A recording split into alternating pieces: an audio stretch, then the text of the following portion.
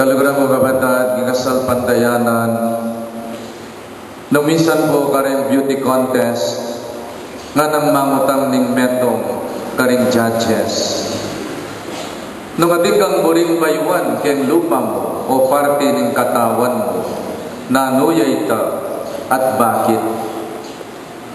Siguro masakit lang alilan ding katamang physical features by virtue of genetics and heredity.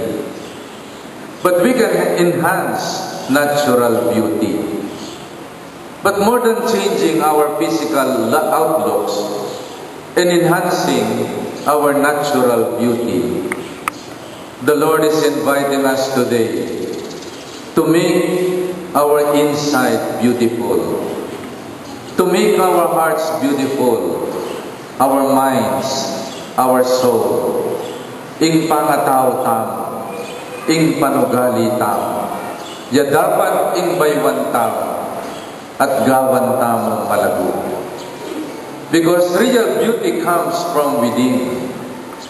Inyabot ang puso mo, maglapo yaking lugod, maslag ka lupa. Podang ika mapamatawad kang tao, masala ka lupa. Podang ika mas matibay ka kasalpandayanan at kapanaligan king Diyos. There is an aura of peace and serenity in your face. Nyapin ing malagong puso, mayayakit siya king maslag alupa. Shining through our physical body, the beauty of our hearts. My dear brothers and sisters, putang ika magdala kang lungkot, malulang kalupa. Putang ika magdala kang samalo, paginakit, kamwa, or hatred in your heart. Mayayakit ken lupa mo, makakulurot ka kile, matarang kalawe. Namila ko yung kasimangutan ken lupa mo, bala mo panekang mekayak multak lang manok. Uli magdala kang kamwa, magdala kang samalo ba't paginakit king puso mo. Inya, my dear friends, nung misa nila sa slag din lupatam, kintula ning biye, Kristiyano, at biye daring anak ning Diyos. Huling etang magdalang lugod, kapatawaran, karing puso tamo. In our gospel today, we heard the transfiguration of the Lord. Nung lugarin kabang manalangin niya, migbayo yang aske, harapan ng James, John, and Peter. And what is the meaning of transfiguration? It was a moral boost for the apostles. Baliw, when we go uphill a mountain, the climbing gets heavy because of gravitational pull. But this time, the climbing was doubly heavy. Huling magdalalang lungkot, king karelang puso. Huling sinabi na ni Gino Karela, datanging aldo dakpande, dumalan niyang pamaylasa at patende king krus. Ing karelang pangarap making bula.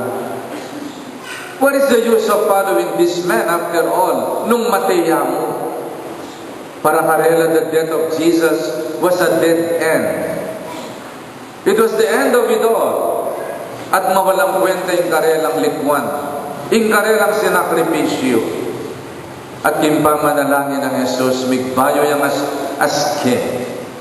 May naglusking lamana, yung kayang kadyosan, to give them a moral boost, that behind death is the resurrection. Behind death is the victory of a new life.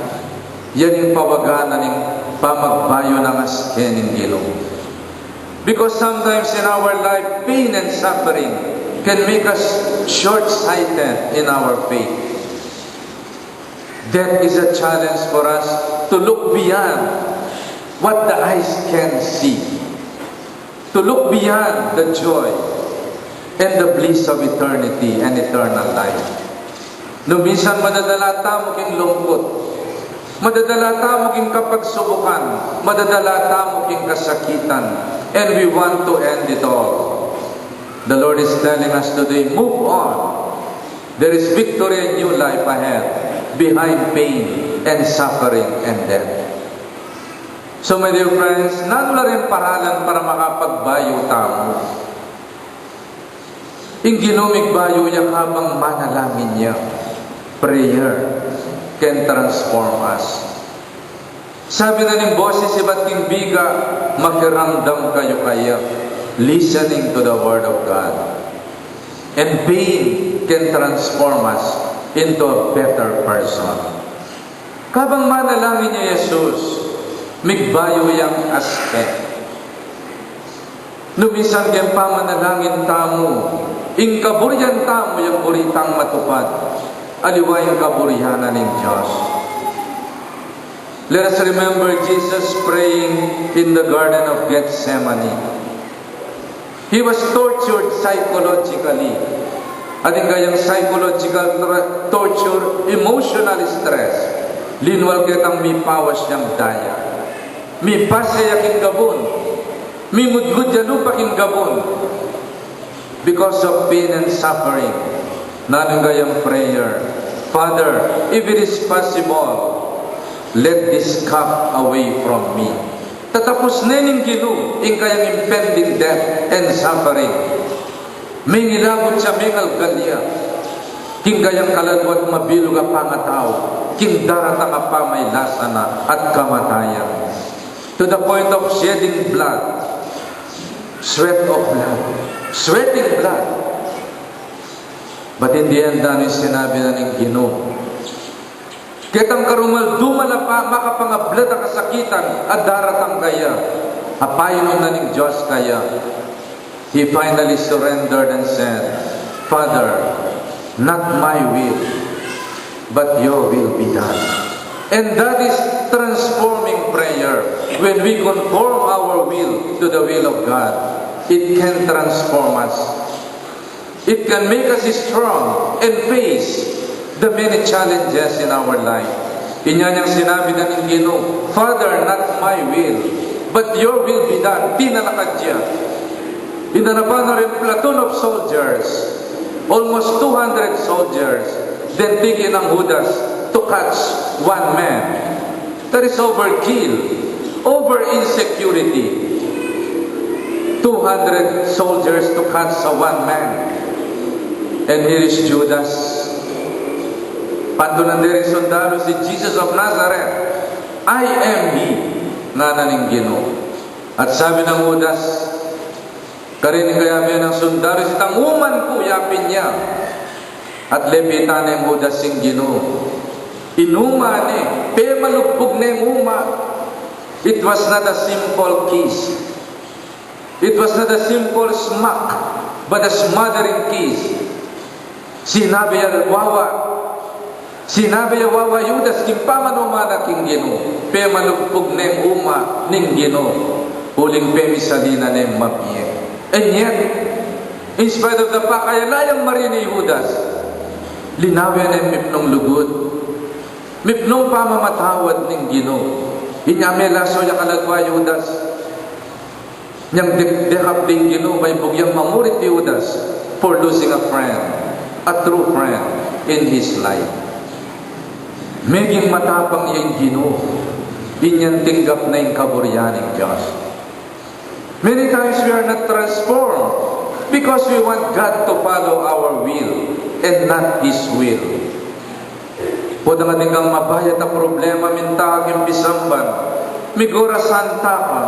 Binabad mo yung sarili mo king panalangin, king lugod, at king grasya na ning akong Ginoo. Makasiklod ka, makatupo ka. And after saying to God, Father, not my will, but your will be done. Talakad kang mas lagalupa. Lumuwal ka kimpisamban at arapan mo yung problema at daralanan ng aldo-aldo pamibiyemye. Nung minsan may bugda ka tamang ipasya yung problema tamo. And yet we use the power of prayer because prayer is the weakness of God and the strength of man. And who is able to kneel before God can face all the challenges in the world. Makanya niya ka-powerful in prayer. Sinabi na ni Medong nga boses king biga, "This is my beloved son, listen to him. Iti ang anak kong pakamalan, makiramdam kayo." Let the word of God transform our mind and hearts.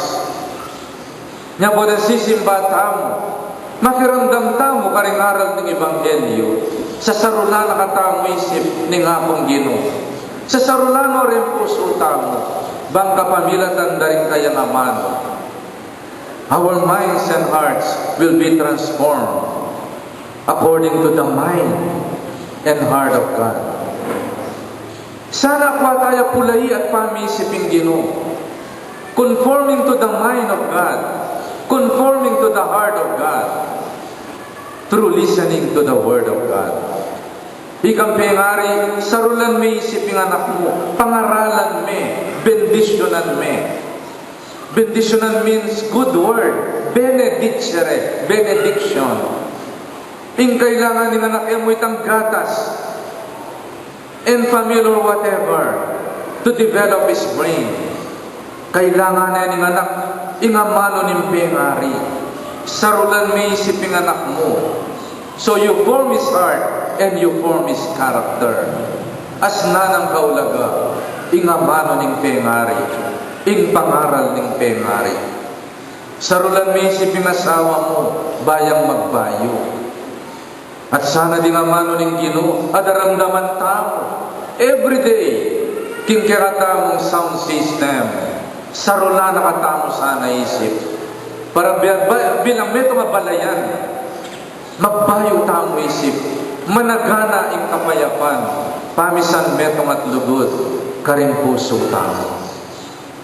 Let the Word of God change our community life, change our attitude and values, and our destructive motivations in our relationships with one another. Ikang mag-aral, putang mag-aral ka, mamundasyon ka kang kinabukasan. Masakit yung mag-aral.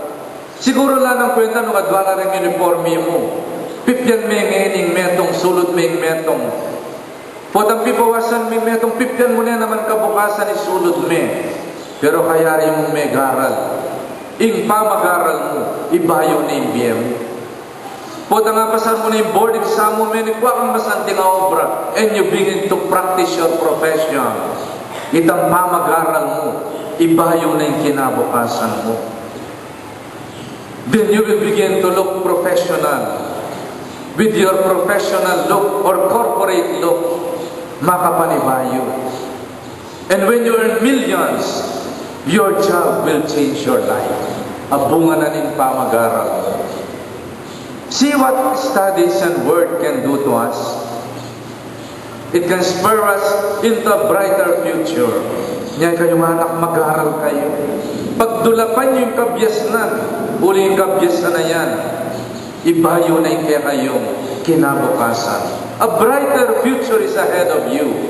Makiramdam kayong masalese, mag-aral kayong masalese, magpakayari kayo, then you will be, and you will belong to the new rich generation of Minalin. Ading kasakitan na daralanan tamo, kailangan ibayo na katamo. Sufferings and pain can transform us. Kaluban ng meto kabibi, putang linubig meto nga balas o malating batu, king laman ng kabibi. There is no way that in kabibi eject na itang balas sa itang. Halaya nga karapat ngunit to live with that balas, agyang magalas siya. Agyang masakit siya pibatanit ang kabibi kitang lamana. Itang balas sa menabo king kayang siya. Pero putang kikya king kabibi, balot ni itang balas sa itang in the near future. Maging yang perlas. Our pain should make us pearls, shining in beauty. Because pain and suffering can make us either a better person or a bitter person. Dakalataong dinalang kasakitan at uling dinalan ng kasakitan, maging dalisay lugod ka. Dimpengari tamo, sumangit ning kasakitan na denanan da. Itang timan ka rin lupa da. It is a priceless smile, born of pain and suffering. King pa magtaguyod da kaya katao. Sometimes pain can make us a bitter person. Are you that kind of person? At dinalang kasakitan kapag subukan hanggang ini makakulurot ka pakili? You've never risen from the pain of your life. Nung rin dinalang kang kasakitan hanggang ini puro sumbat at paginakiting puso mo. You have not risen. Your pain has made you a bitter person. Puros paginakit, puros sumbat. Let us graduate from our pain and become a transformed person through our pain. Bali ko rin pingarita mo, dinalan lang yung muna nung kasakitan bang itaguyod na katamo. Ika yung nga nag-interview yung rin pingari na makanado na kayong teguyod. Siguro ginapang na kayo yung kasakitan, baka yung makapag-aral. May nutang lang, may misalilang alas, minyan lalang gabun, baka yung makapag-aral. Siguro itatang mo man ay mitindayang sa lolima mo, baka din kayong mapangan. O dating mag-harvest ka rin plasdan, malamang-lamang. May kipanimala, baka din kayong ulaman.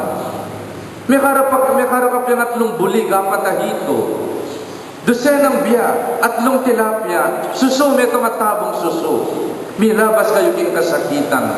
At potang masakit yung biye. Siguro kontento tayo yung adobong kangkong o kaya now. Adobong kangkong o kaya naman kangkong cooked in oyster sauce. Sisila na ka mo. Pero kitang kasakitan na ito, nanong milyari. Siguro yung mamumigtindayang bulig, mamuntukan niyang banyera tutuloy tang malanamadano, king lupa na, bayang manakitan.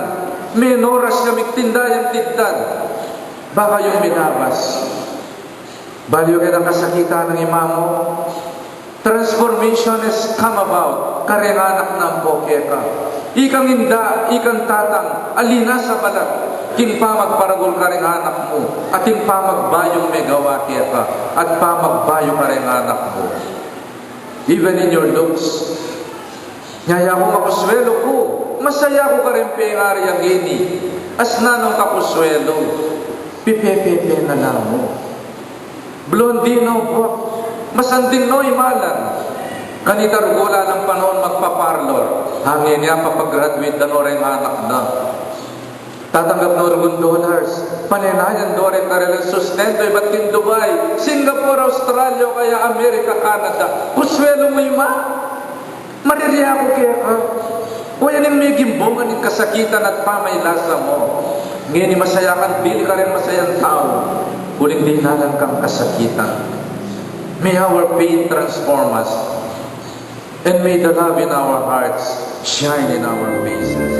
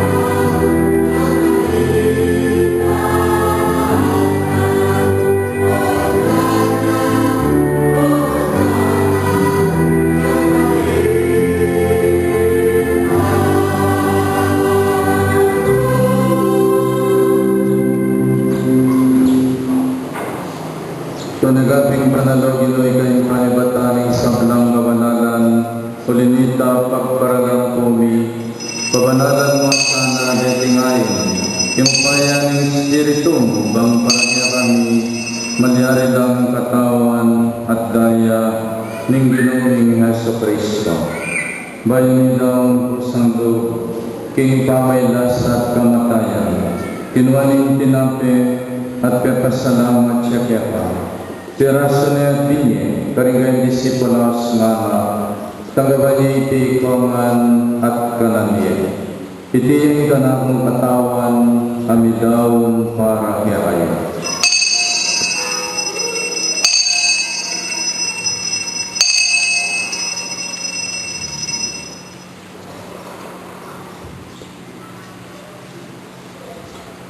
Makanyal mo naman kay ba't ni nga kunan kinuha kalis, kasi bayo yang kaya pasalamat kaya ka. At biniling kalis, karing disipulos nga tanggaban niya iti kongan at minumko paniti.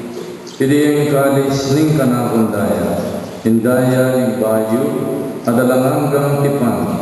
Kami bubuo para kaya kayo at para karing sablang tao. Bangkit kami patawaran na rin kasalanan. Daptan niyo iti bilang kapigaganakan kanako.